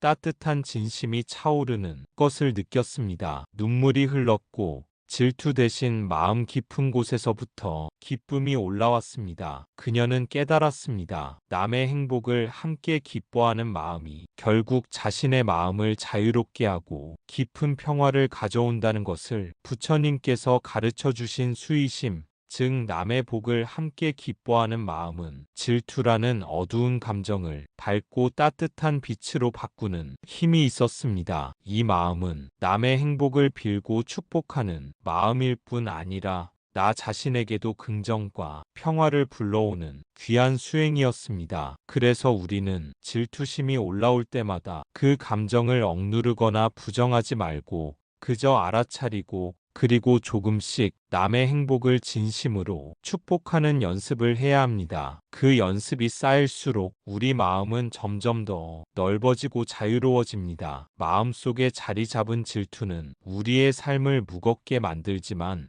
기뻐하는 마음은 우리의 삶을 가볍고 평화롭게 합니다. 오늘도 당신이 누군가의 행복을 함께 기뻐할 수 있기를, 그 기쁨이 당신에게도 돌아가 마음이 밝아지길 진심으로 바랍니다. 매일 한번 그 이웃을 떠올리며 이렇게 기도하는 것이었습니다. 그 사람이 평안하길 바랍니다. 그 사람이 기쁨 속에 살길 바랍니다. 그 사람의 복이 널리 퍼지길 바랍니다. 처음엔 억지로 하던 그녀도 어느 날부터 눈물이 흐르기 시작했습니다. 질투가 아니라 따뜻한 마음이 차오르기 시작한 것이죠. 그녀는 그렇게 질투를 이겨내는 수행이 힘을 얻게 되었습니다. 질투는 누구에게나 생길 수 있습니다. 우리 마음은 본래 완전하지 않기 때문입니다. 하지만 그 감정에 끌려갈 것인가, 그 마음을 다르게 다룰 것인가는 전적으로 나의 선택입니다. 질투에 삼켜질 것인지 기쁨으로 전환할 것인지 그 순간 조용히 마음속으로 물어보세요. 이 마음은 나를 묶는가? 아니면 자유롭게 하는가? 그리고 누군가의 행복을 함께 기뻐해 보세요. 그 순간 당신은 이미 가장 아름다운 수행을 하고 있는 것입니다. 부처님은 마지막 순간까지도 마음 하나, 감정 하나를 어떻게 다루느냐에 대해 말씀하셨습니다. 남의 잘됨을 기뻐하는 이는 복이 끊이지 않는다. 질투는 어리석은 마음에 덧치고 기뻐함은 지혜로운 길이다. 질투는 멈출 수 있습니다. 그것은 억지로 눌러 참는 것이 아니라 다른 방향으로 가는 수행입니다. 오늘 하루 질투가 일어난다면 그 마음을 탓하지 마세요. 다만 그 자리에 오래 머물러 있지 마세요. 기뻐하십시오. 축복하십시오. 그 길이 바로 부처님께서 걷고 가르치신 길입니다. 나무 아미타불 관세음보살 감사합니다. 당신의 마음이 조금 더 가벼워지고 조금 더 맑아지길 바랍니다. 구독과 좋아요는 저에게 큰 힘이 됩니다. 살다 보면 우리는 무언가를 꼭 붙잡고 있다는 걸 문득 깨닫게 됩니다. 사랑, 인정, 물질, 꿈, 사람, 그리고 때로는 상처까지도. 처음엔 그게 참 소중해 보이죠. 그걸 놓지 않으면 언젠가는 원하는 걸 이룰 수 있을 것 같고 그걸 지켜내야 내가 안전하다는 느낌도 듭니다. 그런데 이상하게도 그렇게 꼭 붙잡고 있는 마음일수록 오히려 더 불안해지고 괴로워져요. 왜 이렇게 힘들까? 왜 자꾸 마음이 무거울까? 부처님께서는 그런 우리에게 단순하고 명확하게 말씀하십니다. 집착은 괴로움의 뿌리이다. 처음법을 설하실 때도 부처님은 인생의 괴로움은 무언가를 갈망하고 놓지 못하는 마음에서 비롯된다고 하셨어요. 우리는 늘 어떤 것을 원하고 그것을 잃지 않으려 애쓰고 사라지는 걸 막으려 하죠. 하지만 세상 모든 것은 끊임없이 변합니다. 형태 있는 것도, 감정도, 관계도, 심지어 나 자신도요. 그런데 우리는 그 변하는 것을 변하지 않기를 바라며 붙잡으려 합니다. 그러니 괴로울 수밖에 없죠. 사라질 것을 내 안에 붙잡아 두려 하니까요. 이처럼 집착은 우리 마음에 무거운 짐을 지우는 일입니다. 우리가 붙잡으려 하는 모든 것들은 본래 자유롭고 자연의 흐름에 따라 흘러가는 존재들입니다. 하지만 그 흐름을 거스르려 할 때 마음은 괴로움과 혼란으로 가득 차오릅니다. 부처님은 우리가 이 사실을 깨닫기를 바라셨습니다. 흘러가는 강물처럼 모든 것은 변하고 잠시 머물렀다가 다시 떠나갑니다. 나무잎이 바람에 흔들리듯 우리 마음도 늘 움직이며 변화합니다. 그런데 왜 우리는 그 움직임을 두려워할까요? 왜 손에 쥔 것을 놓지 못하고 자꾸만 꼭 붙잡으려 하는 걸까요? 그 이유는 내 것이라는 강한 집착 때문입니다. 우리는 자신을 둘러싼 모든 것을 내 소유라고 믿으며 그것이 사라지면 내가 무너질 것만 같은 두려움에 사로잡힙니다. 그런 두려움은 마음을 올가매고 평화를 멀리하게 만듭니다. 하지만 부처님께서는 말씀하셨습니다. 그것들은 본래 나의 것이 아니다. 그 어떤 것도 영원히 머무르지 않고 나 또한 고정된 존재가 아님을 알아차리라고 하셨습니다. 이 깨달음은 곧 우리의 고통을 끝낼 열쇠입니다. 그 열쇠는 노음입니다. 내 마음속에서 움켜쥐고 있던 모든 것을 서서히 내려놓는 일입니다. 그렇다고 해서 집착을 무조건 버리라는 뜻은 아닙니다. 억지로 내던지거나 부정하는 것이 아니라 그 마음과 감정을 있는 그대로 바라보고 그 자리에 머물게 하면서 서서히 자유로워지는 과정입니다. 이 과정에서 우리는 먼저 알아차림이라는 수행을 합니다. 내가 지금 무엇을 붙잡고 있는지, 어떤 마음이 나를 괴롭히는지 부드럽게 관찰합니다. 내 마음의 움직임을 판단하거나 억누르려 하지 않고 그저 조용히 바라보는 것입니다. 알아차림은 마치 고요한 호수 위에 떠 있는 나뭇잎처럼 내 마음의 모습들을 있는 그대로 보여줍니다. 그 모습을 직시할 때 그동안 몰랐던 내 마음이 집착이 서서히 드러납니다. 그리고 그 집착은 더 이상 우리를 얽매지 못합니다. 또한 무상함을 깊이 이해하는 것도 중요합니다. 이 세상의 모든 것은 끊임없이 변화하고 어떤 것도 영원하지 않습니다. 나 자신도 나를 둘러싼 모든 관계도 내가 소중히 여기는 것들도 언젠가는 바뀌거나 떠나게 마련입니다. 무상을 받아들이는 일은 쉽지 않습니다. 때로는 슬프고 때로는 두렵기도 합니다. 하지만 그 진리를 이해할 때 우리는 비로소 집착에서 벗어나 평화와 자유를 경험할 수 있습니다. 마지막으로 내려놓음은 자비로운 마음에서 나옵니다. 자신과 주변 모두에게 부드럽게 따뜻하게 대하는 마음입니다. 자신이 붙잡고 있는 집착을 있는 그대로 인정하고 그 집착 때문에 스스로 괴로워하는 마음을 다독이는 것입니다. 이렇게 마음속 집착을 내려놓는 순간 우리는 더 이상 무거운 짐을 지지 않아도 됩니다. 그 무게에서 벗어나 가벼워진 마음으로 삶의 흐름 속에서 자유롭게 흘러가며 진정한 평화와 행복을 마주할 수 있게 됩니다. 지금 이 순간에도 당신 안에 남아있는 어떤 집착이 있다면 그것을 억지로 내던지려 하지 말고 조용히 바라보며 천천히 놓아주세요. 그 집착이 당신을 아프게 하는 원인이란 사실을 깨닫고 그 마음을 사랑과 자비로 감싸 안아주세요. 집착을 내려놓는 길은 멀고 험한 여정이 아닙니다. 매 순간 있는 그대로를 알아차리고 있는 그대로를 받아들이는 작은 걸음들의 연속일 뿐입니다. 부처님의 가르침은 우리에게 그 길을 밝히는 등불입니다. 그 빛을 따라 한 걸음씩 걸어가다 보면 언젠가 우리는 진정한 자유를 만나게 될 것입니다. 부처님은 이렇게 말씀하셨습니다. 머무는 것이 없는데 그걸 머물게 하려는 마음이 괴로움을 만든다. 행복해지기 위해 우리가 해야 할 일은 더 많이 가지는 게 아니라 놓아주는 겁니다. 그건 마치 무거운 배낭을 내려놓는 것과 같아요. 스스로에게 이렇게 물어보면 좋습니다. 나는 지금 무엇을 붙잡고 있는가? 그게 한 사람일 수도 있고, 어떤 말 한마디, 과거의 기억, 혹은 이루지 못한 꿈일 수도 있습니다. 붙잡고 있다는 건 사실 마음속에 이건 절대 놓으면 안 되라고 굳게 믿고 있다는 뜻이죠. 하지만 그런 마음은 결국 스스로를 괴롭게 만들 뿐이에요. 그 마음이 얼마나 간절하든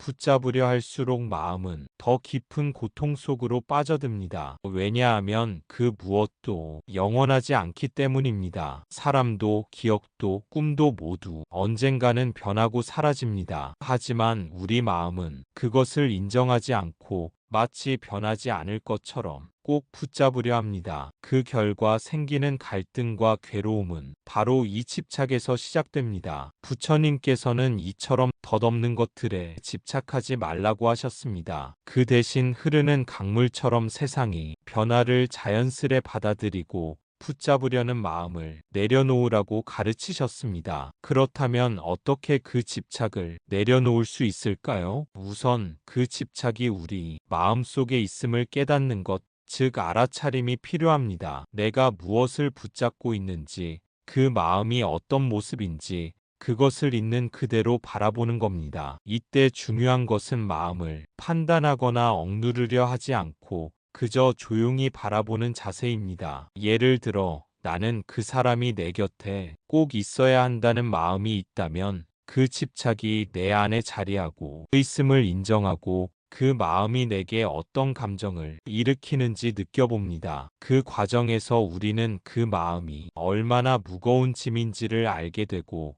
그 집착이 오히려 나 자신을 올가매고 있다는 것을 깨닫게 됩니다. 다음으로 무상함을 깊이 이해하는 것이 중요합니다. 세상 모든 것은 끊임없이 변하며 영원히 머무는 것은 없습니다. 나 자신도 내가 소중히 여기는 모든 것도 시간 속에서 언젠가는 사라지게 마련입니다. 이 사실을 받아들이면 붙잡으려는 마음이 점차 누그러지고 놓아줄 용기가 생깁니다. 또한 집착을 내려놓는 일은 스스로에게 자비를 베푸는 일이기도 합니다. 자신의 마음에 무거운 짐이 있음을 인정하고 그 고통스러운 감정을 다그치지 않고 따뜻하게 감싸 안는 것이죠. 괜찮아. 이제 천천히 놓아도 돼. 스스로에게 이렇게 말해주는 순간 마음의 평화가 조금씩 스며듭니다. 집착을 내려놓는다는 것은 포기하는 것이 아니라 스스로를 자유롭게 하는 길입니다. 지금 이 순간 내 마음속에 무엇이 무겁게 남아있는지 살펴보세요. 그리고 그 무거운 짐을 내려놓는 연습을 해보세요. 그렇게 작은 내려놓음이 쌓여 마음은 점점 가벼워지고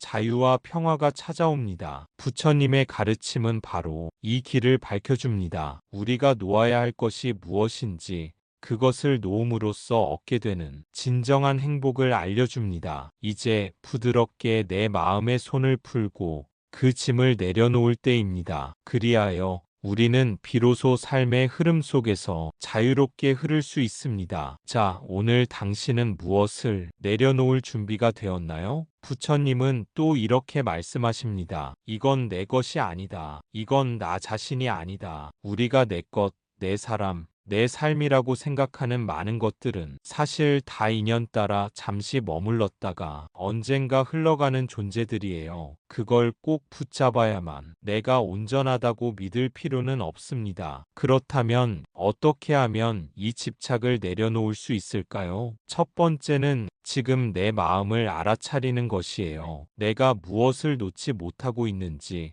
그 대상이 뭔지, 왜 그것을 쥐고 있는지를 조용히 들여다보는 거죠. 예를 들어 나는 그 사람의 인정이 너무나 필요해. 나는 과거로 돌아가고 싶어. 나는 지금 이 현실을 절대 잃고 싶지 않아. 그 마음을 그냥 바라보는 겁니다. 비난하거나 없애려고 하지 않고, 아, 내가 지금 이걸 꼭 붙들고 있구나. 그걸 깨닫는 순간 이미 내려놓음이 시작된 거예요. 그 순간은 아주 작고 조용하지만 마음의 방향이 바뀌는 첫걸음이 됩니다. 우리가 괴로운 이유는 대부분 붙잡고 있는지도 모른 채 그것에 끌려가고 있기 때문이에요. 하지만 알아차림은 그 흐름을 잠시 멈추고 내 마음을 조용히 바라보는 연습입니다. 그 마음이 왜 생겼는지, 그 집착이 내게 무엇을 의미하는지 따뜻하게 물어보는 거예요. 내가 왜 저 사람이 인정을 그토록 바랄까? 왜 과거로 돌아가고 싶은 마음이 이렇게 큰 걸까? 지금 이 현실을 지키려는 두려움은 어디서 왔을까? 그 질문 안에는 이미 놓아줄 준비가 담겨 있습니다. 그 다음으로 중요한 건 무상함을 이해하는 것입니다. 세상 모든 것은 변하고 고정된 실체는 없습니다. 지금 내가 붙들고 있는 것도 언젠가는 반드시 변하게 되어 있어요. 그 변화는 삶의 자연스러운 흐름이고 그 흐름을 거스르려 할 때 마음은 가장 많이 다칩니다. 하지만 그 흐름을 이해하면 마음은 점점 부드러워지고 붙잡던 것을 놓아도 괜찮다는 용기가 생깁니다. 그리고 마지막으로 자기 자신에게 자비를 건네는 것입니다. 우리는 흔히 집착하는 마음을 부끄러워하거나 왜 나는 이걸 못 놓을까 하며 자책하죠. 하지만 집착은 그만큼 간절했고 그만큼 상처받았던 마음이 표현일 수도 있어요. 그러니 내려놓기 위해서는 먼저 그 마음을 다정하게 안아줘야 해요. 그럴 수 있어. 붙잡고 싶을 만큼 소중했구나. 그 마음 이해해. 이렇게 자신에게 말해줄 수 있다면 마음은 천천히 이완되고 손에 쥔 것을 놓을 수 있게 됩니다. 놓는다는 건 무언가를 버리는 게 아니라 더는 그 무게에 눌리지 않겠다는 다짐이에요. 그건 약해지는 게 아니라 오히려 더 자유로워지고 단단해지는 길입니다. 그리고 무엇보다 중요한 건 이 모든 것이 과정이라는 사실이에요. 한 번에 완벽히 놓지 못해도 괜찮습니다. 매일 조금씩 조금 덜 쥐고 조금 더 느슨하게 그렇게 천천히 연습해 나가는 거예요. 그 연습의 길 위에 당신은 혼자가 아닙니다. 수많은 사람들이 그 마음을 붙들고 또 놓아보려 애쓰며 함께 걷고 있어요. 부처님도 우리에게 그렇게 말씀하십니다. 놓아도 괜찮다. 그것 없이도 너는 온전하다. 두 번째는 세상 모든 것은 변한다는 사실을 받아들이는 것. 지금 내 곁에 있는 것들이 언제까지나 함께하지는 않는다는 걸 아는 것. 이해하고 수용하는 것. 그건 슬픈 일이 아니라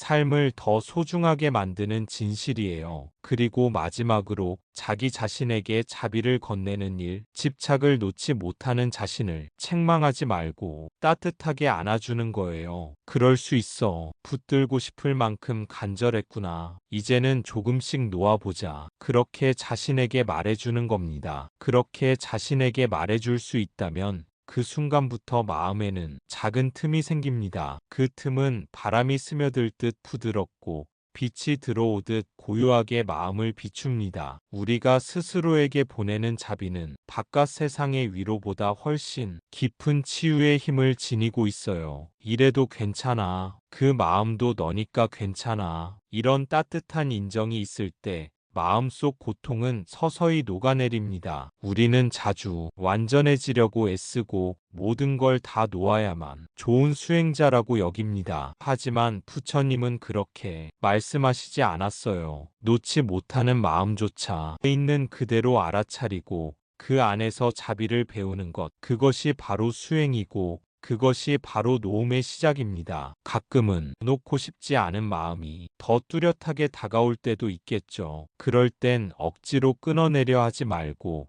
그 마음을 품에 안고 그저 하루를 살아내 보는 거예요. 붙잡고 있는 그 마음이 어느 날 문득 스스로 떠나가듯 느껴질 때가 올 거예요. 왜냐하면 우리가 집착을 없애야 할 대상이 아닌 이해하고 품어야 할 손님으로 받아들일 때 그 손님은 머물다가 조용히 떠나가거든요. 마음이 고요해지는 날엔 이렇게 스스로에게 속삭여 보세요. 지금 이대로도 충분해. 내가 꼭 다 놓지 않아도 괜찮아. 나는 지금 잘하고 있어. 그렇게 자비롭게 자신을 바라보는 눈길이 집착을 놓는 가장 부드러운 방식입니다. 그 눈길 속에서 우리는 조금씩 자유로워집니다. 어디에도 얽매이지 않고 무언가를 잃는 것이 아니라 조금 더 온전해지는 방식으로요. 그리고 결국 놓음은 있는 것이 아니라 더 이상 괴롭지 않은 채로 기억하는 것이 됩니다. 그 마음을 지닌 채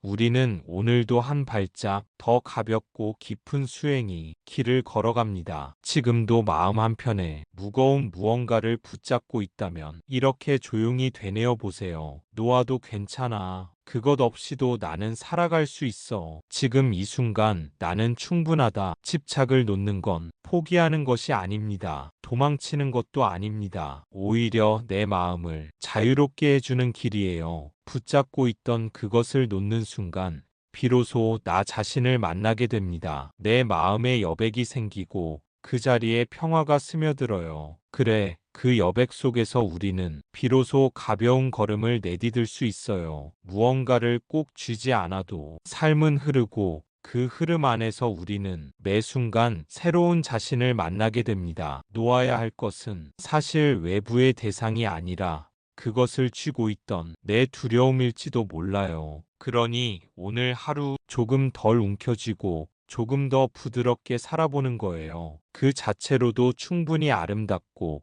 이미 완전한 존재인 당신이니까요. 나무 아미타불 관세음보살, 지금 이 순간에도 당신 마음에 고요한 평화가 머물기를 바랍니다. 우리 모두의 마음에 가벼운 바람처럼 고요함이 깃들기를 감사합니다. 구독과 좋아요는 저에게 큰 힘이 됩니다. 우리는 살아가며 수많은 유혹을 마주합니다. 달콤한 음식, 재미있는 오락, 눈을 뗄 수 없는 영상들, 그리고 순간의 기쁨을 안겨주는 다양한 감각적인 쾌락들. 하지만 그 기쁨이 지나고 나면 어김없이 따라오는 허전함과 공허함, 그리고 이전보다 더 강한 갈증. 부처님께서 쾌락은 결국 괴로움의 씨앗이라고 말씀하신 이유가 여기에 있습니다. 부처님은 출가하시기 전 모든 세속의 즐거움을 경험하신 분이었습니다. 왕궁에서 자라며 계절마다 맞춤형 쾌락을 누릴 수 있었고 음식, 음악, 미모와 향기,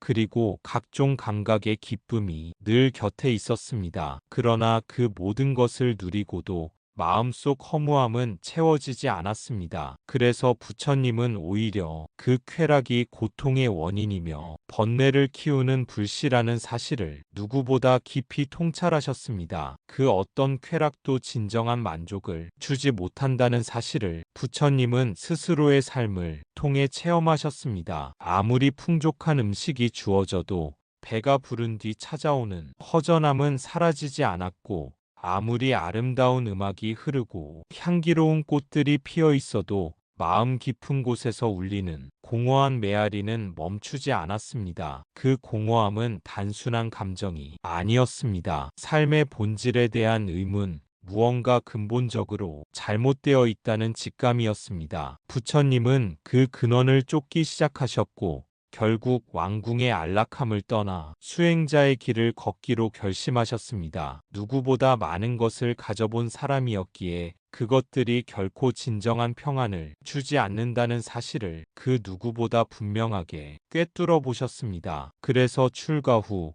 부처님은 극단적인 고행에 몰두하셨습니다. 먹지 않고 자지 않고 숨조차 거의 쉬지 않을 정도로 몸을 억제하며 쾌락을 완전히 끊어내려 하셨습니다. 그러나 그 길 또한 고통일 뿐 지혜로 가는 길은 아님을 깨달으셨습니다. 몸을 괴롭히는 것 또한 또 다른 집착이며 그것은 고통을 끊는 길이 아니라 또 다른 괴로움의 원인이었습니다. 그래서 부처님은 그 둘 사이 감각적인 쾌락에도 빠지지 않고 고행에도 치우치지 않는 가운데의 길, 즉 중도를 발견하셨습니다. 그 길은 누구나 걸을 수 있지만 아무나 발견할 수 있는 길은 아니었습니다. 욕망과 무지에 가려 잘 보이지 않기에 오직 깊은 통찰로만 접근할 수 있는 길이었습니다. 부처님은 세속의 즐거움이 겉으로는 빛나 보이지만 그 안에는 언젠가 반드시 찾아오는 상실과 그로 인한 괴로움이 숨어 있다는 것을 알게 되셨습니다. 그래서 진정한 평화는 쾌락을 붙잡는 데서 오는 것이 아니라 그 쾌락을 놓을 수 있는 자유에서 온다고 말씀하신 것입니다. 그 놓음은 무언가를 억지로 버리는 것이 아니라 더 이상 그것에 의존하지 않아도 마음이 평온한 상태, 그저 지금 이 순간에 머물며 흔들리지 않는 고요함에서 비롯됩니다. 부처님은 쾌락에 대해 이렇게 말씀하셨습니다. 감각의 즐거움은 처음에는 달콤하나 그 끝은 쓰고 가시처럼 마음을 찌르며 괴로움을 남긴다. 우리는 종종 원하는 것을 얻으면 행복할 것이라 믿습니다. 하지만 그 원함 자체가 끝없는 갈증임을 알아차리지 못합니다. 지금 이대로는 충분하지 않다고 여길 때, 무언가를 더 가져야만 완전해질 것처럼 느낄 때, 우리는 쾌락을 좇기 시작합니다. 하지만 그 쾌락은 결코 우리를 만족시키지 않습니다. 순간적인 기쁨이 사라진 자리에 남는 것은 더 큰 공허입니다. 그래서 우리는 더 많은 자극을 찾습니다. 어제 느꼈던 즐거움은 오늘이 되면 시들해지고 똑같은 방식으로는 같은 만족을 얻을 수 없기에 더 강하고 더 새롭고 더 자극적인 것을 원하게 됩니다. 처음엔 단순히 좋아서 시작했던 것들이 어느새는 없으면 불안해지고 잃을까 두렵고 더 이상 즐겁지도 않은데도 그저 습관처럼 반복하게 됩니다. 이것이 바로 부처님께서 말씀하신 갈의 갈증입니다. 욕망은 채워서 사라지는 것이 아닙니다. 오히려 채울수록 더 목말라지는 속성이 있지요. 물 한 잔으로 갈증을 해소할 수 있다고 믿지만 그 물이 단물이라면 마실수록 목은 더 말라가게 됩니다. 쾌락은 그런 단물과도 같습니다. 순간의 위안을 주지만 그 위안이 지나간 자리에 더 큰 결핍을 남깁니다. 우리는 때로 이렇게 말합니다. 이것만 가지면 괜찮을 것 같아. 저 일만 해결되면 마음이 편할 텐데. 하지만 그 일이 해결되어도 잠시 안도할 뿐,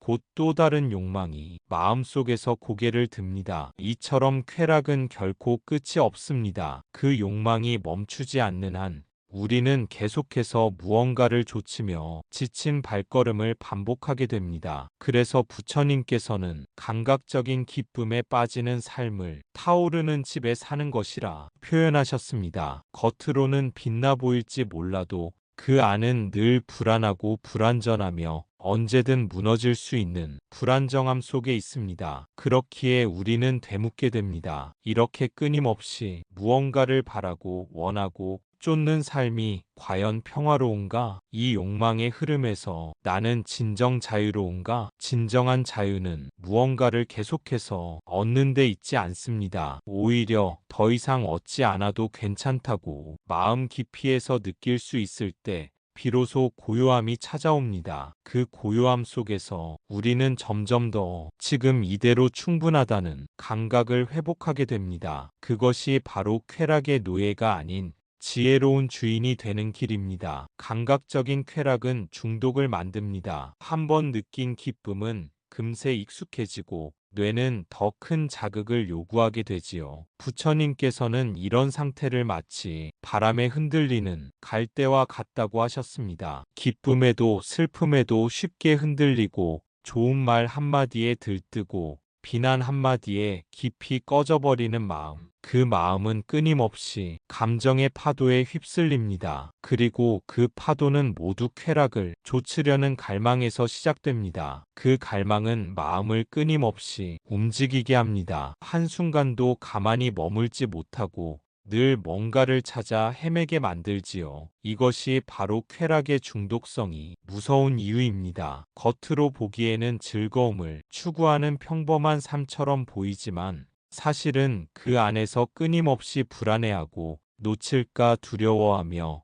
무언가를 잃는 순간 자신도 함께 무너져 버릴 것 같은 위태로움을 안고 살아가게 됩니다. 부처님께서는 이처럼 욕망에 흔들리는 삶을 물 위에 뜬 작은 배에 비유하셨습니다. 바람 한 줄기에 금세 기울고 파도 하나에 뒤집혀 버릴 수 있는 삶, 그 안에는 안정감이 없습니다. 기쁨이 있어도 그 기쁨이 영원하지 않음을 알고 슬픔이 와도 다시 기쁨을 좇으려 발버둥칩니다. 그렇게 끊임없는 오르내림 속에서 마음은 지치고 삶은 점점 고단해집니다. 그래서 우리는 물어야 합니다. 나는 지금 정말 원하는 것을 향해 가고 있는가? 아니면 단지 자극에 반응하며 끌려다니고 있는가? 쾌락은 우리를 자유롭게 해주지 않습니다. 오히려 얽매이게 만듭니다. 처음에는 선택하는 것처럼 보이지만 나중에는 선택하지 않으면 불안해지고 결국은 쾌락이 나를 조종하게 되는 상태에 이르게 됩니다. 부처님께서는 이런 삶을 멈추고 고요하게 자신을 돌아보라고 하셨습니다. 욕망이 일어날 때 그 욕망에 휩쓸리지 않고 한 발짝 물러나서 바라보는 것. 그 순간 우리는 더 이상 쾌락의 노예가 아닌 그 흐름을 이해하고 통찰하는 자가 됩니다. 그리고 그때부터 우리는 조금씩 달라진 삶을 살아가기 시작합니다. 외부 자극에 의해 흔들리기보다는 내면의 고요함에서 평화를 찾고 일시적인 기쁨보다는 오래 머무는 안정과 만족을 알아보게 됩니다. 이러한 변화는 아주 작고 조용하게 시작됩니다. 하지만 그 한 걸음이 욕망의 파도에 휩쓸리지 않는 지혜로운 삶의 시작이 됩니다. 부처님은 해탈의 길이란 그런 갈망으로부터 벗어나는 길이라고 보셨습니다. 감각적인 즐거움에 빠지지도 않고 자신을 괴롭히는 고행에 치우치지도 않는 가운데의 길, 곧 중도를 걸어야 한다고 하셨습니다. 이 중도의 길은 고요하고 단단합니다. 자극과 자극 사이에 머물며 욕망이 일어나는 그 순간을 바라보는 힘에서 비롯됩니다. 우리는 보통 욕망이 일어나면 그것을 따라가거나 억누르거나 혹은 피하려 합니다. 하지만 부처님은 그렇게 하지 말고 그 욕망을 조용히 바라보라고 하셨습니다. 욕망이 일어날 때 마음속에서 어떤 움직임이 일어나는지, 그 에너지가 몸을 어떻게 긴장시키는지, 그 욕망이 머무는 시간이 얼마나 짧은지를 그저 알아차리는 것, 그 알아차림의 힘이 욕망으로부터의 자유를 가능하게 합니다. 그저 바라보는 것, 그것이 수행의 시작입니다. 욕망을 억제하거나 없애려는 싸움이 아니라 그 욕망이 어떻게 일어나고 어떻게 사라지는지를 조용히 지켜보는 훈련입니다. 처음에는 낯설고 불편할 수 있습니다. 욕망은 우리에게 강력한 설득을 합니다. 이걸 가져야 행복할 거야. 지금 이걸 하지 않으면 후회할 거야. 이 감정은 너무 강해서 참을 수 없어. 하지만 그 유혹의 목소리를 조용히 바라보면 알 수 있습니다. 욕망은 실제로 그렇게 오래가지 않는다는 것을, 우리가 그것을 곧바로 행동으로 옮기지 않고 잠시 멈추어 바라볼 수 있다면 그 욕망은 우리 안에서 스스로 사그라들기 시작합니다. 이것이 바로 알아차림의 지혜입니다. 욕망과 싸우지 않고 도망가지 않고 그저 함께 머물며 지켜보는 것. 그 순간 우리는 욕망에 끌려가는 사람이 아니라 욕망을 이해하고 다스릴 수 있는 존재가 됩니다. 욕망에 반응하지 않고 머무를 수 있는 그 틈에서 자유가 태어납니다. 부처님께서는 그 틈, 그 고요한 공간에서 지혜가 자란다고 말씀하셨습니다. 욕망이 일어났을 때 즉각적으로 움직이는 것이 아니라 잠시 멈추어 바라보는 그 힘, 그것이 바로 수행이고 그것이 바로 해탈로 향하는 발걸음입니다. 이렇게 알아차림을 반복하다 보면 욕망에 휘둘리지 않는 자신을 발견하게 됩니다. 같은 자극이 와도 이전처럼 반응하지 않고 조금은 여유롭게, 조금은 따뜻하게 자신을 바라볼 수 있게 됩니다. 그 변화는 조용하고 아주 서서히 일어나지만 삶 전체를 바꾸는 힘을 지니고 있습니다. 그래서 부처님께서는 마음속에 일어나는 모든 움직임을 있는 그대로 바라보라고 하셨습니다. 그 속에 괴로움의 씨앗이 있고 또한 해탈의 문도 그 안에 있기 때문입니다. 쾌락은 죄가 아닙니다. 하지만 그것에 집착하고 의지하게 되는 순간 그것은 마음을 어지럽히는 괴로움의 원인이 됩니다. 그래서 부처님은 쾌락을 마치 불붙은 횃불처럼 보셨습니다. 불이 있는 줄도 모르고 그것을 움켜쥐는 아이처럼 사람들은 그 쾌락이 자신을 태우고 있다는 사실을 모릅니다. 우리는 살아가며 많은 쾌락을 마주합니다. 음식, 음악, 인정, 성취, 소비, 관계 속에서 작은 위안과 즐거움을 찾습니다. 그러나 그런 쾌락이 우리를 진정으로 자유롭게 해주었을까요? 우리를 더 깊이 만족시키고 평화롭게 만들어 주었을까요? 어쩌면 우리는 계속 같은 고리를 돌고 있는지도 모릅니다. 기쁨을 얻고 사라지고 허전함이 생기고 그 허전함을 덮기 위해 또 다른 자극을 찾고 그 고리를 끊는 첫 번째 방법은 지금 이 순간 내가 무엇을 갈망하고 있는지를 조용히 바라보는 것입니다. 그리고 이렇게 말해보는 것입니다. 지금 이대로도 충분하다. 이 욕망은 그냥 지나가는 감정일 뿐이다. 그것이 없어도 나는 괜찮다. 그렇게 스스로에게 조용히 말해줄 수 있을 때 마음은 조금씩 긴장을 풀기 시작합니다. 더 이상 무엇을 얻어야만 한다는 압박에서 벗어나고 지금 이 순간에 머무는 연습이 시작되지요. 욕망은 아주 설득력 있는 목소리로 다가옵니다. 지금이 아니면 기회를 놓칠 거야. 이걸 해야 행복해질 수 있어. 저 사람처럼 되지 않으면 나는 실패야. 하지만 그 목소리를 맹목적으로 따르지 않고 잠시 멈춰서 바라볼 수 있다면 우리는 그 속임수를 꿰뚫어 볼 수 있습니다. 욕망은 실체가 아닙니다. 그저 일어났다 사라지는 하나의 마음 작용일 뿐입니다. 그 마음을 붙잡고 따라갈수록 우리는 더 깊은 갈망에 빠지게 되고 그 마음을 바라보며 흘려보낼수록 우리는 자유에 가까워집니다. 부처님께서 말씀하신 놓아버림이란 무언가를 버리고 떠나는 일이 아니라 그것에 매달리지 않는 태도를 말합니다. 마치 손에 쥔 모래를 가만히 펴서 내려놓듯이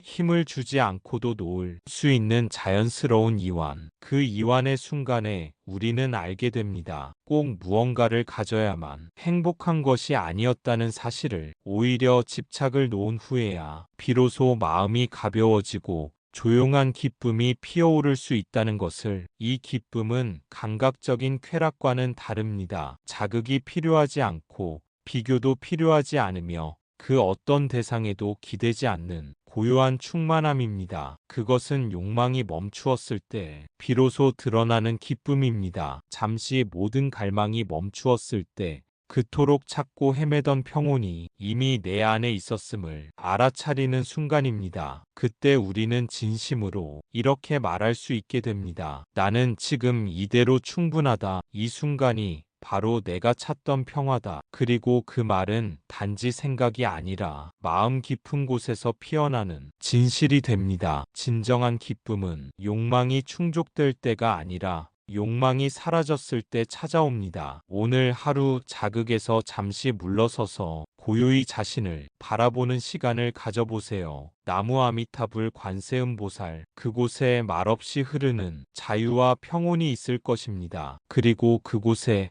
부처님의 가르침이 살아 숨쉬고 있을 것입니다. 감사합니다. 구독과 좋아요는 저에게 큰 힘이 됩니다.